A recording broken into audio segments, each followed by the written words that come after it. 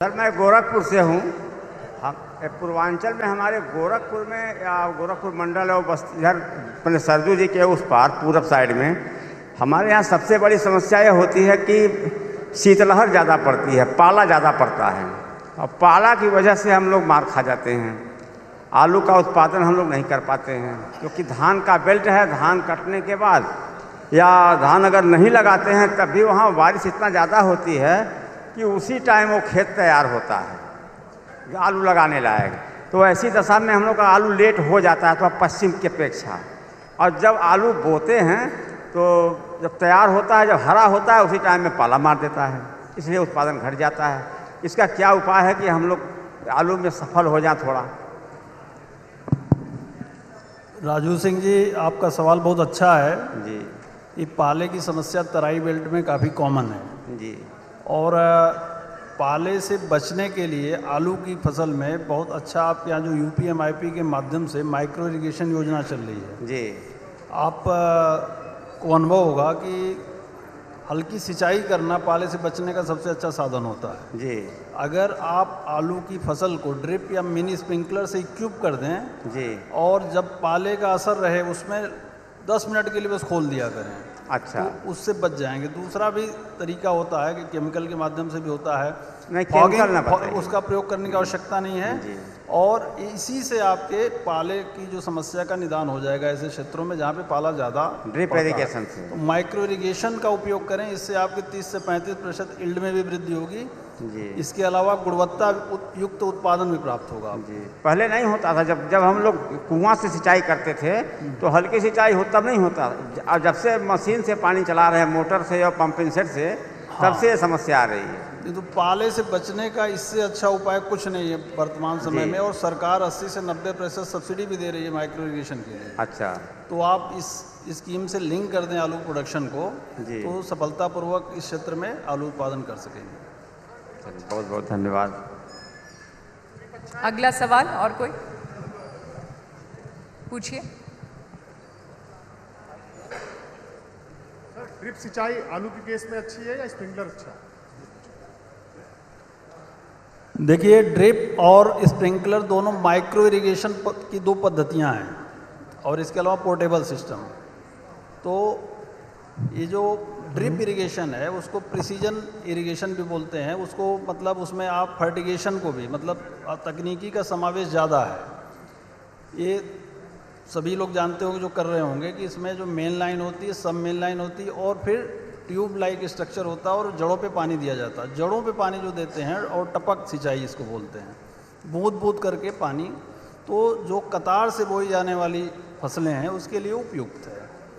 और जो mini sprinkler है वो कतार से भले न बोई जाए, जैसे मान लीजिए आपका मटर की खेती है या काफ़ी आलू में भी सफल है, बनासकांठा क्षेत्र है गुजरात का, वहाँ पे मिनी स्प्रिंकलर, जबकि लिटरेचर में हम लोग देखेंगे, डॉक्टर साहब भी बैठे हैं, और उसमें ड्रिप सजेस्ट किया जाता है।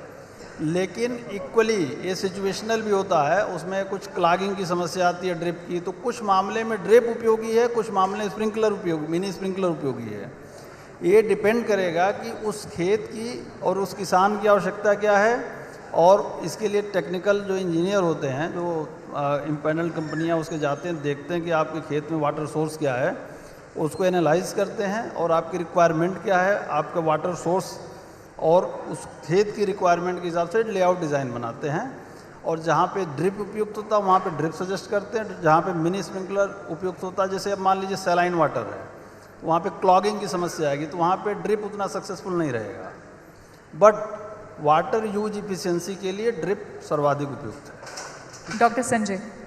हाँ, मैं यही बताना चाहूँगी, आलू के केस में जो हम लोगों ने अनुसंधान किए हैं और जो किसानों का अनुभव रहा है, तो उसमें ड्रिप को हम नंबर 1 पहला स्थान देंगे, क्योंकि ड्रिप में बहुत शानदार पानी की बचत, फर्टिलाइज़र की बचत और क्वालिटी बहुत अच्छी, और साथ में पैदावार भी कम से कम 20-25% की ज़्यादा पैदावार।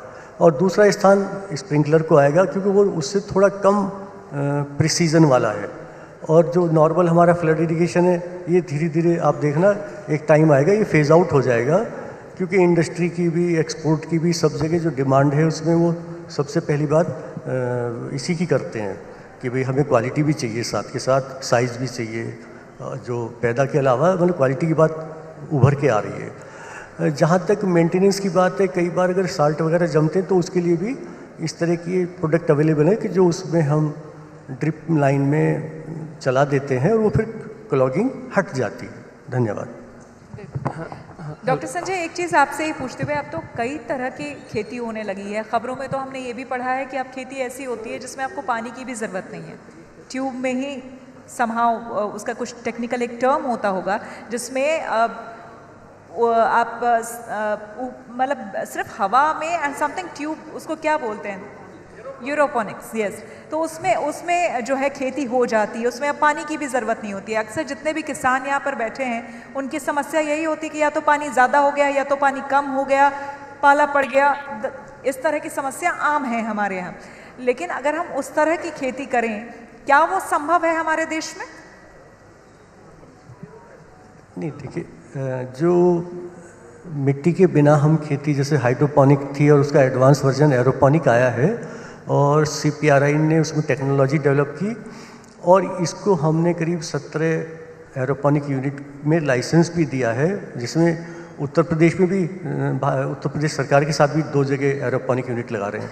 लेकिन वो बहुत स्पेशलाइज्ड और बहुत महंगी चीज़ है और उसका जो इस्तेमाल है वो प्रीमियम प्रोडक्ट में, जैसे हम मिनी ट्यूबर का प्रोडक्शन इस एरोपोनिक यूनिट में कराते हैं सीड का, तो वो फिर थोड़ा कॉस्टली हो जाता है और वो फिर उसके लिए कंट्रोल्ड एनवायरनमेंट चाहिए। उसके लिए मतलब पूरा पॉली हाउस या ग्रीन हाउस की तरह स्ट्रक्चर चाहिए और उसमें फिर हमें टेम्परेचर भी मेंटेन करना पड़ता है। तो नॉर्मल किसान या ओपन फील्ड में वो काम नहीं करेगी।